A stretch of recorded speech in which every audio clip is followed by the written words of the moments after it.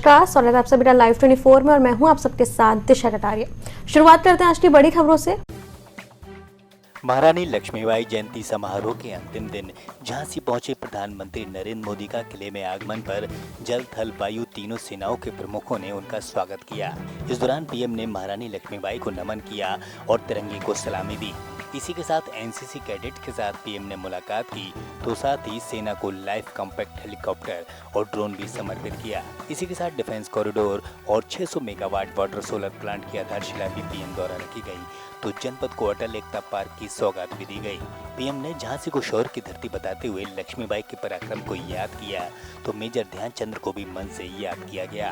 अंत में उन्होंने बुंदेलखंड एक्सप्रेस वे बनने से बुंदेलखंड के विकास की अपार संभावनाओं को भी बताया। पलायन से पीड़ित था, वो अब नई संभावनाओं के कारण निवेशकों के आकर्षण का केंद्र बनेगा। देश विदेश से लोग बुंदेलखंड आएंगे। बुंदेलखंड की जिस धरती को कभी कम बारिश और सूखे की वजह से बंजर माने जाने लगा था, वहां आज प्रगति के बीज अंकुरित हो रहे हैं। साथियों, देश ने यह भी तय किया है कि रक्षा बजट से जो हथियार उपकरणों की खरीदी होगी उसमें बड़ा हिस्सा मेक इन इंडिया उपकरणों पर ही खर्च होगा। रक्षा मंत्रालय ने 200 से ज्यादा ऐसे उपकरणों की लिस्ट भी जारी की है जो अब देश में ही से ही खरीदे जाएंगे, बाहर से ला ही नहीं सकते हो। उन्हें विदेश से खरीदने पर पाबंदी लगा दी गई है। साथियों, हमारे आदर्श रानी लक्ष्मीबाई, झलकारी बाई, अवंतीबाई, उदा देवी जैसी अनेक वीरांगनाएं हैं। हमारे आदर्श लौह पुरुष सरदार पटेल, चंद्रशेखर आजाद, भगत सिंह जैसी महान आत्माएं हैं। इसलिए आज अमृत महोत्सव में हमें एक साथ आना है। एक साथ आकर देश की एकता अखंडता के लिए, हम सबकी एकता के लिए संकल्प लेना है। हमें विकास और प्रगति के लिए संकल्प लेना है। जैसे अमृत महोत्सव में आज रानी लक्ष्मीबाई को देश इतने भव्य तरीके से याद कर रहा है, ऐसे ही बुंदेलखंड के अनेकानेक बेटे और बेटियां हैं। मैं यहां के युवाओं से आह्वान करूंगा, अमृत महोत्सव में इन बलिदानियों के इतिहास को, इस धरती के प्रताप को देश और दुनिया के सामने लाइए। मुझे पूरा विश्वास है कि हम सिर्फ मिलकर इस अमर वीर भूमि को उसका गौरव लौटाएंगे। पीएम मोदी द्वारा कृषि कानूनों के वापस लिए जाने के ऐलान के साथ किसानों में खुशी की लहर दौड़ गई। इसी के चलते झांसी में खाद गोदाम पर किसानों ने ढोल नगाड़ों की थाप पर नाच गाकर खुशी का इजहार किया तो साथ ही मिठाई बांटकर किसानों को बधाई भी दी। किसानों का कहना है कि सरकार को किसानों की जमीनी हकीकत जानने के लिए निचले स्तर से कार्य करना चाहिए। किसानों की समस्याओं को लेकर सरकारों को ध्यान देना चाहिए। देखिए, ये आंदोलन शुरू हुए लगभग 11 महीने 1 साल हो गए हैं। लगातार कृषि विधेयक बिल काला कानून वापस कराने के लिए पूरे देश का किसान लगभग 1 वर्ष से दिल्ली बॉर्डरों में आंदोलन कर रहा था, जिसमें हमारे 700 किसानों की शहादत हुई है। आखिरकार सत्ता के नशे में चूर मोदी सरकार किसानों के सामने आज घुटने टेक दिए और आज मजबूर होकर ये 3 बिल वापस करने की घोषणा मोदी जी के द्वारा की गई है। लेकिन मैं ये बता देना चाहता हूँ, अपने किसान भाइयों को भी आगाह करना चाहता हूँ कि जहां एक और सरकार आज भी कह रही है कि ये काला कानून कृषि विधेयक बिल किसान हित में है, अच्छा है, तो सरकार ने फिर क्यों वापस लिया। तो मैं अपने किसान भाइयों को ये आगाह करना चाहता हूँ, बताना चाहता हूँ कि अभी उत्तर प्रदेश और पंजाब में विधानसभा के चुनाव होने हैं और 5 राज्यों में जो उपचुनाव हुए हैं उनमें भाजपा को करारी शिकस्त मिली है।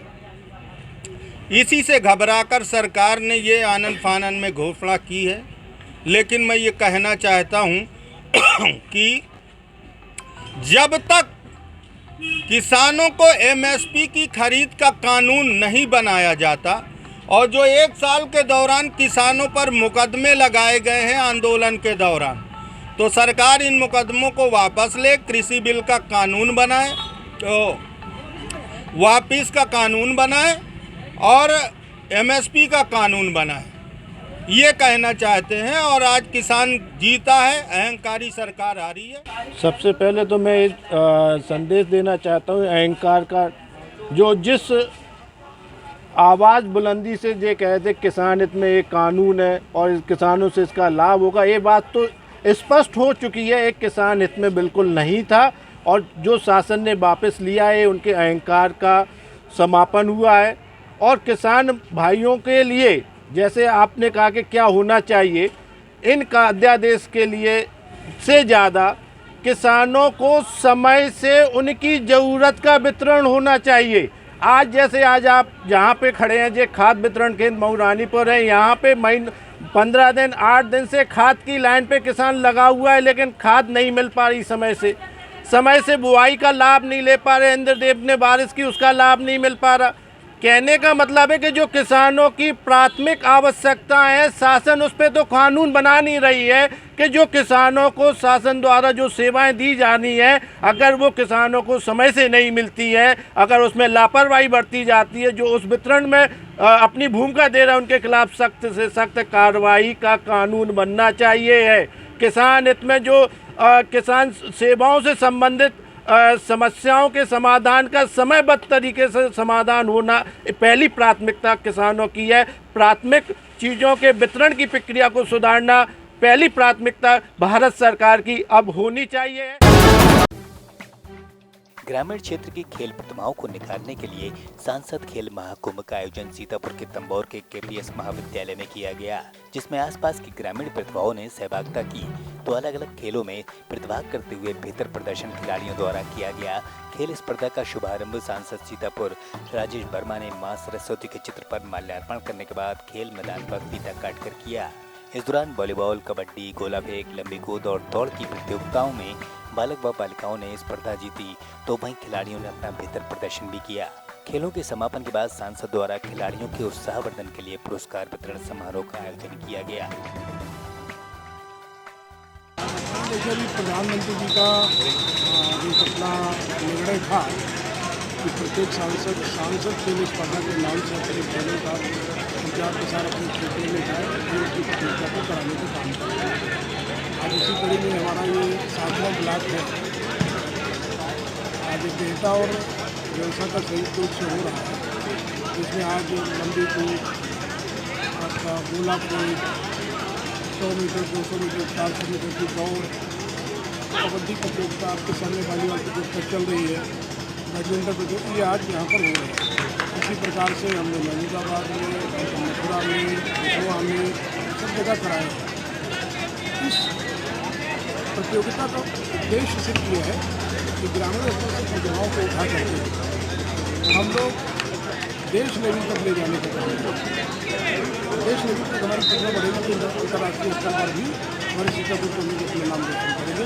ये पड़ता है। लोकल के खिलाड़ियों को क्या संदेश देना चाहेंगे जिससे प्रतिभा निखार? लोकल के खिलाड़ियों को मैंने अभी बोला है कि पहले तो अपने को फिट करो। अभी मैंने बोला है कि आउटर जिम भी हम बनाएंगे, आउटर जिम में अपने को फिट करो, स्टेमिना मेंटेन करो। आने वाले समय में जो हम लोग प्रतियोगिता आयोजित करेंगे, तो अच्छी प्रतियोगिता आयोजित हो, उस पर हम लोग फोकस करें। हमीरपुर में जुआरियों के हौसले खासा बुलंद हैं। यहाँ जुआरियों को पुलिस का डर नहीं है तो वे दिन दहाड़े जुए की महफिल सजा लेते हैं। तो मामला सुमेरपुर के चंद्रपुरवा का है, जहाँ जुए का फड़ का वीडियो वायरल हो गया। तो वहीं वीडियो के आधार पर पुलिस अब कार्रवाई की बात कहती है।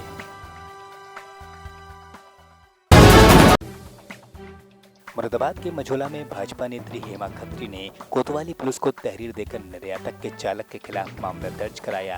तो आरोप है कि चालक बच्चियों को लग्जरी कार से ले जाकर उनसे छेड़छाड़ कर रहा था, जिस पर बच्चों के आरोप भी हैं कि उनको गाड़ी में बैठाकर अश्लील वीडियो दिखाया जाता था और उनसे गलत काम किया जाता था। अब पुलिस ने मामला संज्ञान में लेकर आरोपी चालक को पास्को कोर्ट की प्रथम अदालत में पेश किया है। तो वहीं मामले की जाँच अभी जारी है। कुछ महिलाएं जो NGO या सोशल वर्कर्स भी थी, वो थाना कोतवाली पर आकर एक तहरीर उन्होंने दिया कि पिछले दिनों रेलवे स्टेशन के पास जो बच्चे वहाँ रहते हैं, एक लग्जरी गाड़ी जो वहाँ पे थी और वो बच्चों को गाड़ी में बैठा रही थी और इन लोगों ने उन बच्चों को बरामद किया था और बच्चे ने ये बताया कि प्रतिदिन जो है ये यहाँ आते हैं, इन लोगों को कुछ खाने पीने का सामान देकर इनसे जान पहचान भी है और इनको लेकर जाते हैं और इनके साथ गलत काम भी करते हैं। इस सूचना को तत्काल अभियोग दर्ज करते हुए और उस व्यक्ति की पहचान कराते हुए इसको गिरफ्तार कर लिया गया है। चूँकि ये प्रकरण संवेदनशील है और रेलवे स्टेशन के आसपास कुछ बच्चे ऐसे हैं जो बेसहारा टाइप के हैं, तो उन सभी की शिनाख्त के लिए ASTU की टीम, थाना कोतवाली की टीम और ASP कोतवाली के नेतृत्व में लगा दी गई हैं और उन बच्चों को बरामद करते हुए, उनको पहचान करते हुए उनको CWC के समक्ष उनके बयान कराए जाएंगे और उनके द्वारा दिए गए बयानों के आधार पर अग्रिम कार्रवाई कराई जाएगी। जिस व्यक्ति के विरुद्ध अभियोग पंजीकृत कराया गया था उसको गिरफ्तार करके जेल भेज दिया गया है और बाकी छानबीन चल रही है। मेरे साथ इस बुलेटिन में इतना ही। देश दुनिया तमाम बड़ी खबरों के लिए देखते रहे Live 24।